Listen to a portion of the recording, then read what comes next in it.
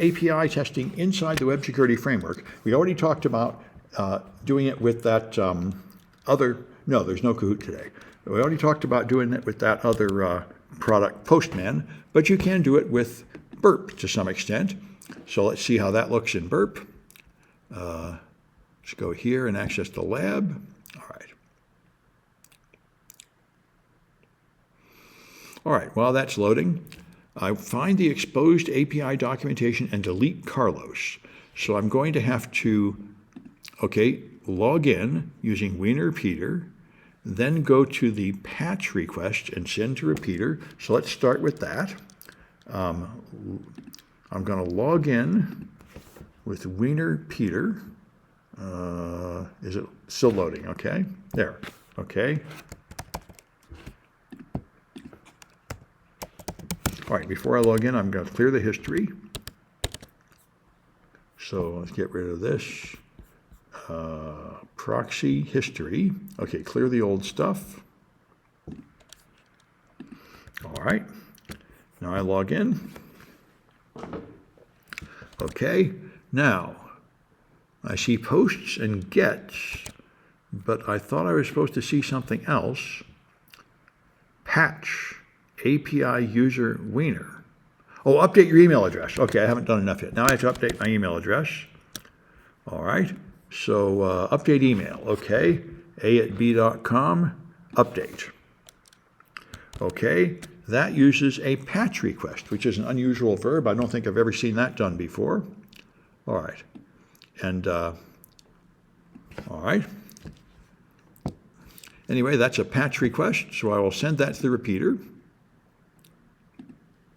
All right, and let me follow my instructions some more. Okay, now send it and see that it retrieves credentials for the user Wiener. Let's see, so I send this, and it sends me the username and email. Okay, fair enough. Now change Wiener, so the endpoint is now API user, and send it. That will return an error. Okay, so here this is a API request to API user Wiener. If I get rid of the user and send it, then I get a bad request, expecting an identifier, and now I can remove user.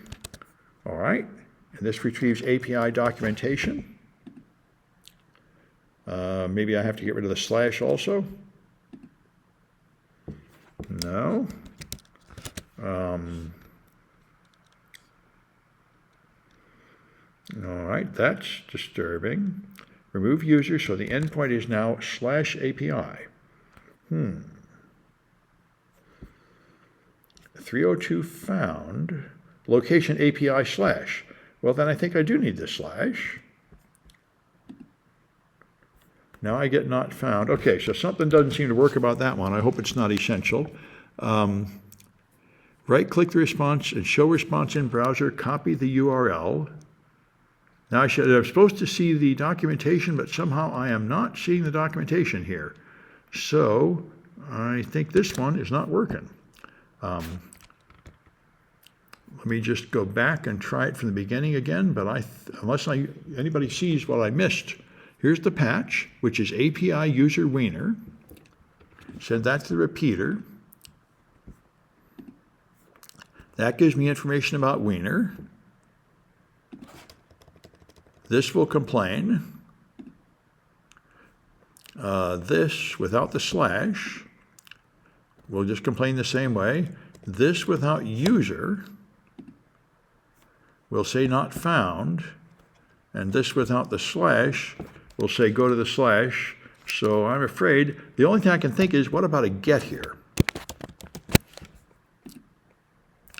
Oh, exploiting an API endpoint. Oh, that just loads the page.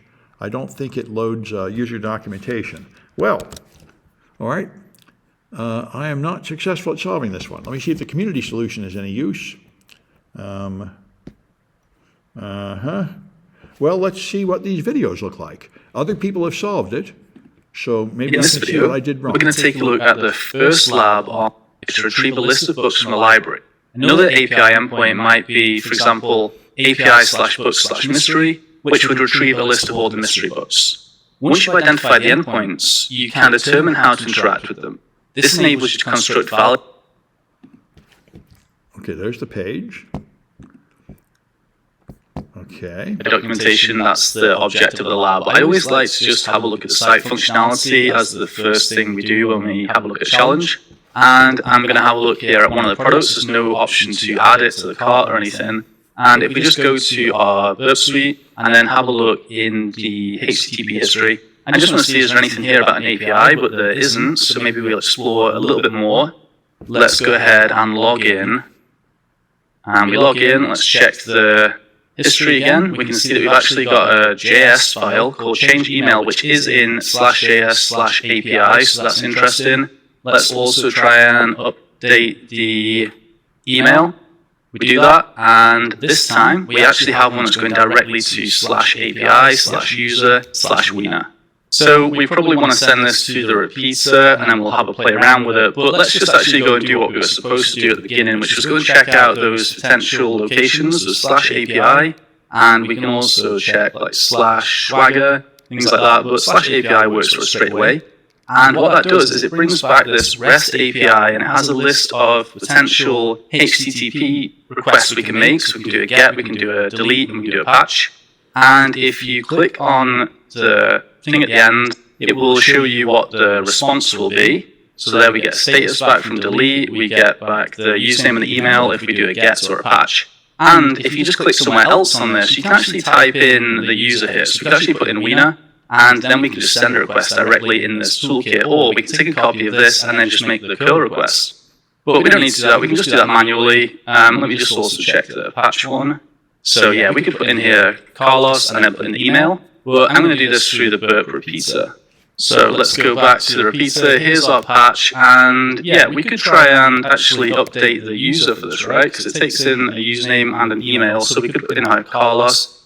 But we actually want to delete Carlos, so here was the other option here, delete. And if we weren't able to access this documentation, another thing we could have done here was to just try and do options, and then click send, and it comes back saying method not allowed. So options would typically come back and tell you what options are allowed here. We do have up here allow, and then it says delete, patch, and get. So these are the three we're allowed to do, so we didn't actually need this documentation.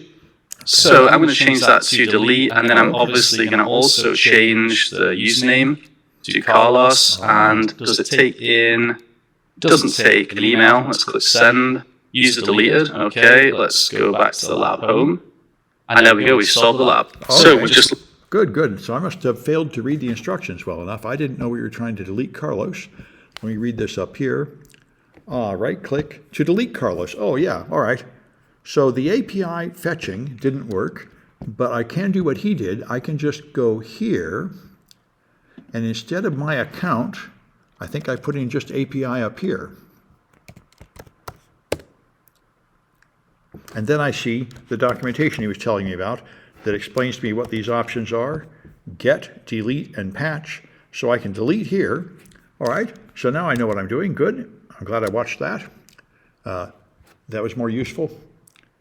Follow the redirect. Yeah, I thought about that before, but it isn't the redirect. We see what the problem is. The problem is you have to do a delete, just like it says here, do a delete of username. So I'll just go back here. It was patch API user Wiener. That's what we had originally. And the delete is delete instead of patch, and I have username. So all I have to do is delete Carlos. And I have extra stuff at the end, which it might work anyway. Let's try it and see. It didn't complain. It says user deleted. I think that means I won. If I go, yep, I solved the lab. Okay, so that was pretty easy. I just, the exact instructions here led to a part that failed, but I didn't keep going after that. All right, good. I'm going to stop that recording then. That was better than